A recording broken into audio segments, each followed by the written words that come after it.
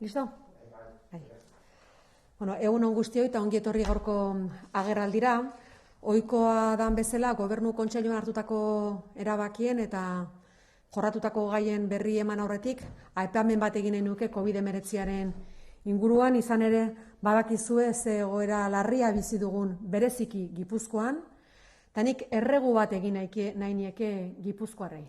Erregu bat beraz Gipuzkoarrei, jakinda txertaketa prozesua abian dela, baina oraindik ere badaukagula denbora bat aurretik danok txertatu bitartean, azken ahalegina eskatzen diet. Ez dakigu zergatik gauden horrela, baina ezagutzen dugu COVID-19 eta ezagutzen dugu ze ondorio sortzen dituen heriotza, gaixotasuna, ospitaleak ere goraino daude eta kolpe ekonomikoa. Beraz, azken ahalegin hori eskatzen diegu Gipuzkoarrei txertaketa prozesuak abiadura hartzen duen bitartean. Badakigu neke pandemikoa dagoela, badakigu danok nekatuta gaudela, baina COVID-19ak oraindik gure artean jarraitzen du eta ondorioak oso txarrak dira eta danok ezagutzen ditugu. Hoxe beraz, Gipuzkoako Foru Aldundiak Gipuzkoarrei eskatu nahi diena. Azken ahalegina. Danok onik atea gaitezen eta danok elkarrekin eta inor bidean gelditu ez dadin. Bi gai gaurkoan aipatu nahi nituzkenak, bi gai jorratu ditugu Gobernu Kontseiluan, lehena Smart Mobility industriaren inguruko diru laguntzak eta bigarrena gizarte politikako ohiko partea.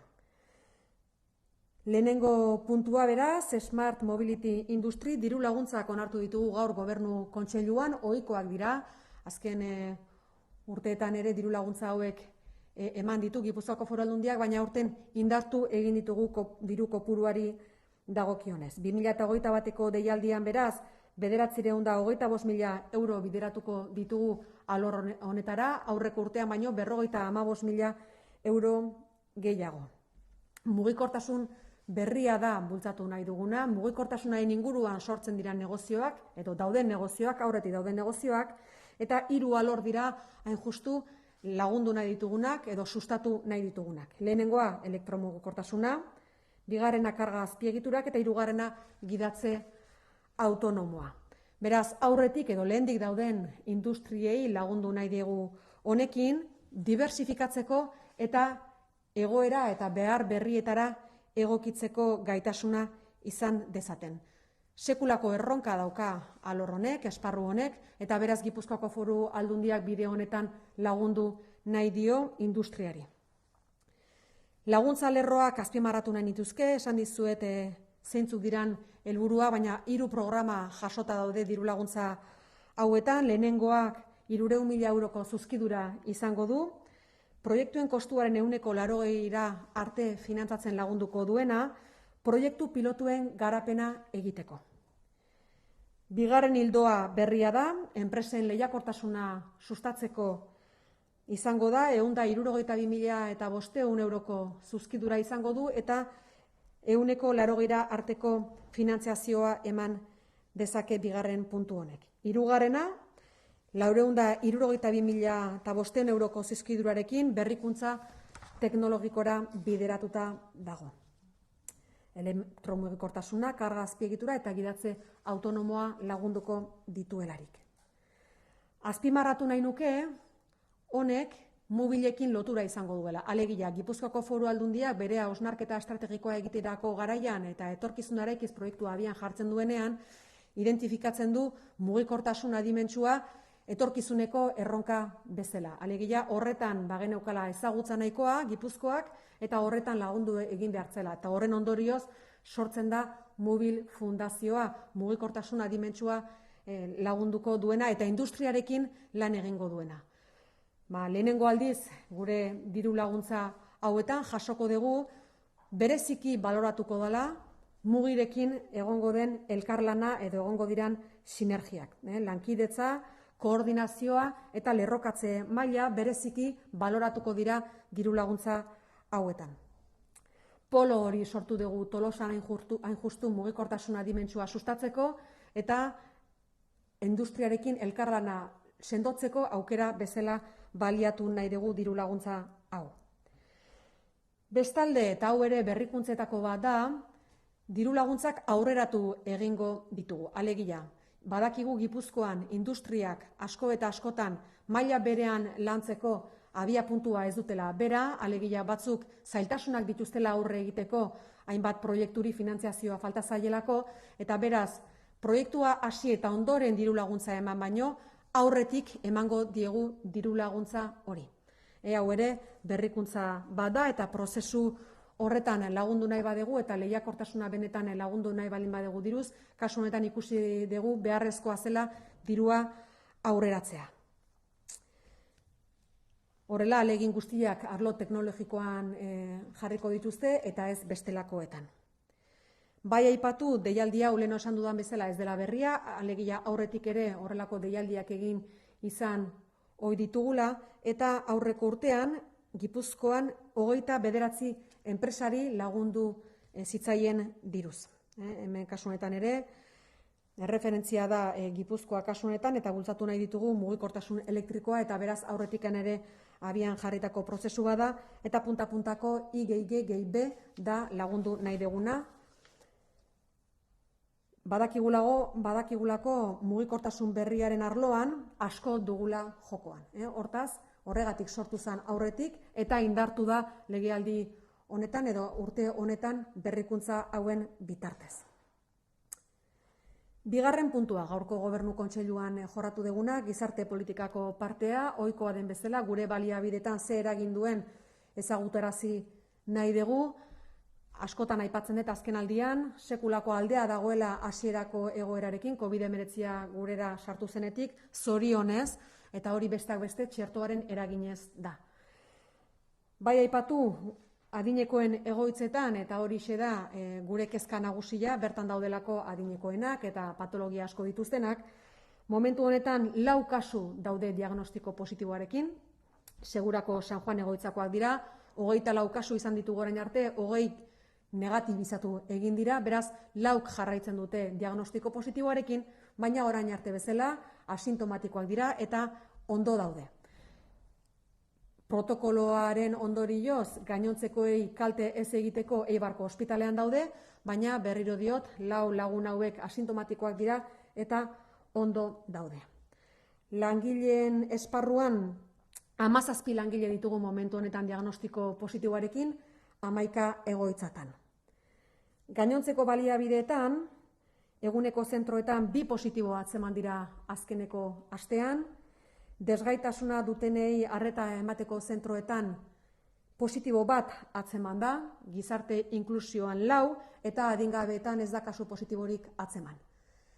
Hau guztia bideratu ahal izateko alegia gaixotasuna atzemateko baliabide guztietan PCR probak egiten ditugu, badakizute diako profesionalekin batera, eta horren adibide da gaur arte diarekin elkarlanean 118.874 proba egin ditugula.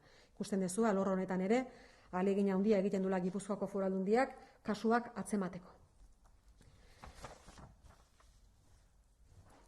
Resumiendo, hay 2 asuntos que hemos abordado en el Consejo de Gobierno de hoy, pero previamente quería hacer un ruego a la ciudadanía guipuzcoana.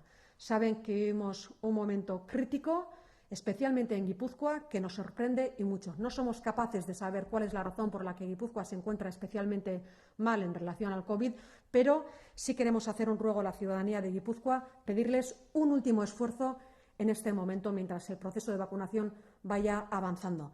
No sabemos por qué, pero sí sabemos cómo hacerle frente a la enfermedad, cumpliendo las normas y reduciendo el contacto social. No tenemos más remedio que cumplir estas normas y reducir el contacto social mientras vaya avanzando la vacunación, porque no sabemos por qué estamos así, pero sí sabemos cuáles son las consecuencias del COVID-19. Provoca muerte, provoca enfermedad, provoca saturación en hospitales y, evidentemente, también un impacto económico muy importante. Por tanto, ese ruego que hacemos a la ciudadanía de Guipúzcoa, un último esfuerzo en este momento, para que podamos disfrutar todos y todas de la normalidad en cuanto le demos la vuelta a esta situación, sin que nadie se quede en el camino por no hacer un esfuerzo individual. Dos asuntos, por tanto, que hemos abordado en el Consejo de Gobierno de hoy. El primero de ellos tiene que ver con la convocatoria de ayudas de Smart Mobility Industry. La Diputación destinará 925.000 euros al impulso de la nueva movilidad en las empresas de Guipúzcoa. Son 55.000 euros más que el año pasado, puesto que la Diputación apuesta decididamente por este sector. Tiene 3 líneas de ayudas. La primera, dotada con 300.000 euros, impulsará el desarrollo de proyectos piloto. La segunda línea tiene que ver con la competitividad de las empresas, con un presupuesto de 162.500 euros. Y la tercera línea está enfocada a la innovación tecnológica y tiene una dotación de 462.500 euros. Vamos a impulsar la electromovilidad, la infraestructura de carga y la conducción automática. Decir también que es muy importante, puesto que así lo definió también la Diputación Foral de Guipúzcoa en su línea estratégica, la colaboración que vaya a realizar con Móvil. Es decir, se va a valorar de manera positiva las sinergias que se puedan crear con la Fundación Móvil de la Diputación Foral de Guipúzcoa, puesto que es el futuro y debemos construir sinergias entre Móvil y la industria de electromovilidad en Guipúzcoa. Por tanto, en sus bases se valorará el nivel de colaboración con Móvil. Decir también que hemos realizado modificaciones, es decir, los pagos se harán de manera anticipada para que todo el esfuerzo se centre en la innovación tecnológica y no en la burocracia que pueda tener posteriormente. Queremos realmente que todas las empresas puedan competir en igualdad de condiciones y, por tanto, el pago será anticipado. Asimismo, recordar que el año pasado se ayudó y se apoyó a 29 empresas en este ámbito, por lo cual esperamos que este año también puedan ser beneficiadas muchas de ellas para dar impulso a este sector de futuro en Guipúzcoa y en Europa. Segundo punto que hemos abordado en el Consejo de Gobierno de hoy tiene que ver con el parte de políticas sociales en los recursos de la Diputación Foral de Guipúzcoa. Tenemos 4 personas en este momento con diagnóstico positivo. Hemos tenido a 24 personas con diagnóstico positivo y 20 de ellas se han negativizado. Por tanto, 4 personas en este momento de la residencia San Juan de Segura. Decir que las 4 personas se encuentran bien, que son asintomáticas, pero por cuestiones de protocolo están en el hospital de Eibar, como viene siendo habitual para proteger al resto de personas. En el caso del personal, tenemos a 17 personas de 11 residencias de Guipúzcoa con diagnóstico positivo en este momento. Decir también que todos estos diagnósticos los realizamos en colaboración con la DIA, haciendo un enorme esfuerzo. Prueba de ello son las 118.874 pruebas que se han realizado hasta la fecha. Horietxe beraz gaurko bi gaiak, galderaren bat izango bazenute, si tuvieran alguna pregunta que formular. Sí, yo quiero insistir un poco en la situación del territorio de Guipúzcoa con respecto a la tasa de incidencia acumulada y los contagios, sobre todo en zonas como el Goierri y Urola.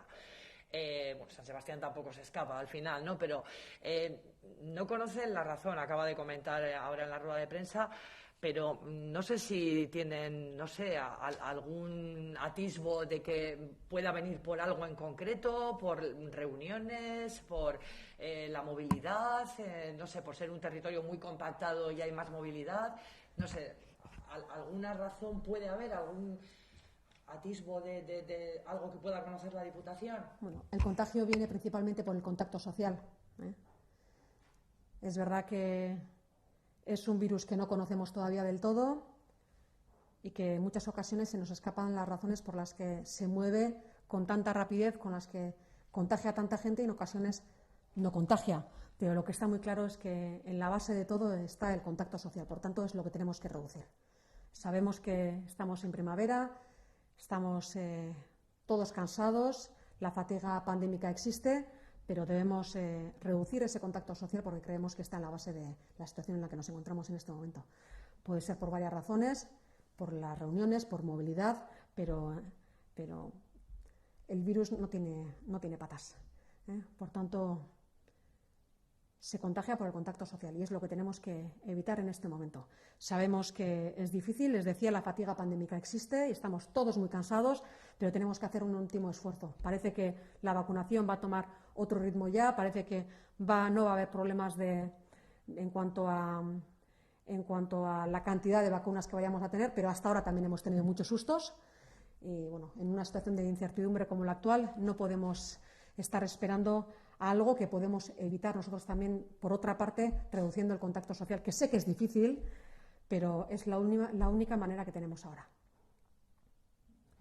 La única fórmula que tenemos. Y más allá de eso no somos capaces de decir... que nos reunimos más que en el resto de España, entonces, ¿no? Que contactamos más o... No sé, es que es muy llamativo porque tenemos el triple de casos que en la media nacional. Efectivamente, es muy llamativo. Y efectivamente, como representante de una institución como la nuestra, como representante de la ciudadanía de Guipúzcoa, es llamativo y también doloroso, se lo diré.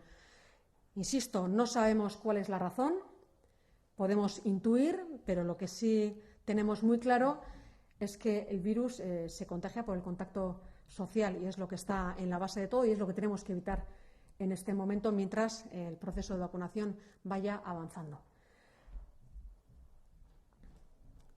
Beste galderaren bat? Ez dago galderarik? Honekin amaituko genuke, eskerrik asko guztioi eta erregu bat zaindu zeuen burua eta ingurukoak.